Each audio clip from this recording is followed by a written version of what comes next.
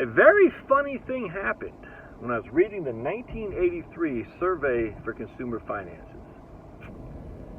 I'm wondering, why am I the only guy reporting on this? I'm just a caveman. Haven't shaved in a couple days, haven't showered today, my t-shirt. Where's all the economists, especially economists who talk about financial planning? Where are you guys, or retirement and whatnot? How come you guys aren't reporting on this? Almost makes me wonder if there's an agenda, frankly. And, I'm not going to indict the whole industry, but it's like, how can you not?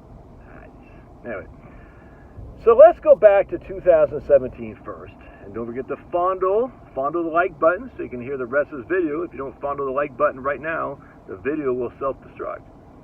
And we have the current population survey, the CPS. All right, that's from the Census Bureau data of income of people in Americans.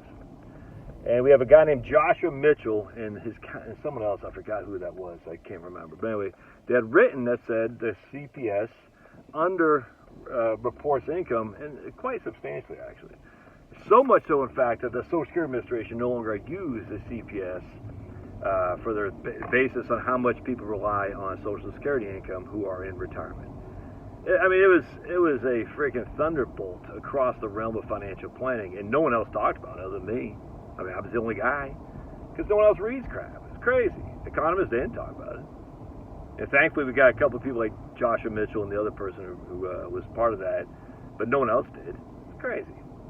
But I was right there, front and center on the Social Security website. It literally said, we no longer use the CPS. All right. So we go back to 2005, where Ty Bernicki, as I said many times, had written his what I think was an amazing article in the Journal for Financial Planning, basically saying how people, as they age, this is his anecdotal evidence, and then he looked at the BLS data, and he said, look, it seems as people age, they just don't spend as much. He said that anecdotally, with his own, what he could see with his own clients, and empirically through the BLS data. And we had all kinds of pushback on him. Basically Jonathan Clements and all these guys saying, oh, you're wrong, people are running out of money, that's why I don't spend as much. It's just, there's no evidence based on that. But it hasn't made. We had data that showed that, and the mainstream economists and financial prognosticators didn't want to hear about that. But then we go back to late 1990s, and there's a couple, and I can't remember their name, who had written the same thing, economists. I want to say at UCLA, but don't quote me on that, but I can't remember. They said the same thing, but no one, I can't remember who these people are. And they're legends in my mind. I mean, I'm big on this. I can't remember who they are. So now I'm reading the 1983 Survey for Consumer Finances, and lo and behold, it's in there. There's data that says income. There are surveys, people tend to underreport their income in these surveys. And that went all the way back to the 1962, the National Bureau of Economic Research. So the survey, 1983, Survey for Consumer Finances says in a, what is it called? Not the bullet point, but the footnotes. Footnote number 10. And there's evidence, ample evidence, and I'm quoting, this isn't verbatim, this is just my paraphrasing, that consumers underreport income. And we use this study from 1962, National Bureau of Economic Research, to show you why this happens and how it happens.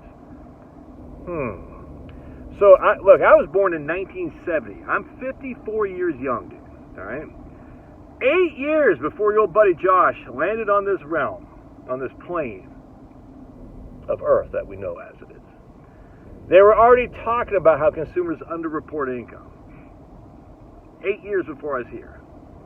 And yet, it wasn't until basically the last couple of years that a couple of things have happened. That people start saying people spend less as they age. Well, we kind of knew that going back a number of years. And people like me say, wait, I'm not a journalist. I'm just a caveman. I'm just a caveman. You start saying not only do people spend less as they age, they also underreport their income that they have. Interesting. Now, again, some economists and researchers have been saying this. Very few have taken it into any consideration. So if your expenditures are going down as you age, which is unequivocally true, and you're underreporting your income, which is unequivocally true, What does that imply? Well, no wonder why the vast majority of retirees are content.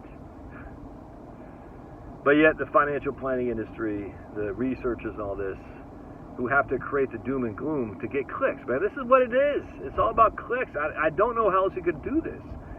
You could say this. They all interview the same people. They all have the doom and gloom.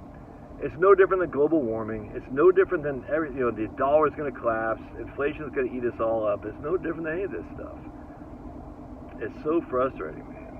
And it takes. This is why YouTube is such a wonderful, wonderful thing, and the internet, because you don't have to be a professional, a licensed researcher that's approved by publishers to say, hey, these guys are wrong. Here's the data that they're missing. You can just be a caveman, like your old buddy Josh. Anyway, love your thoughts. Fondle the like button as you leave. We'll see you. God bless.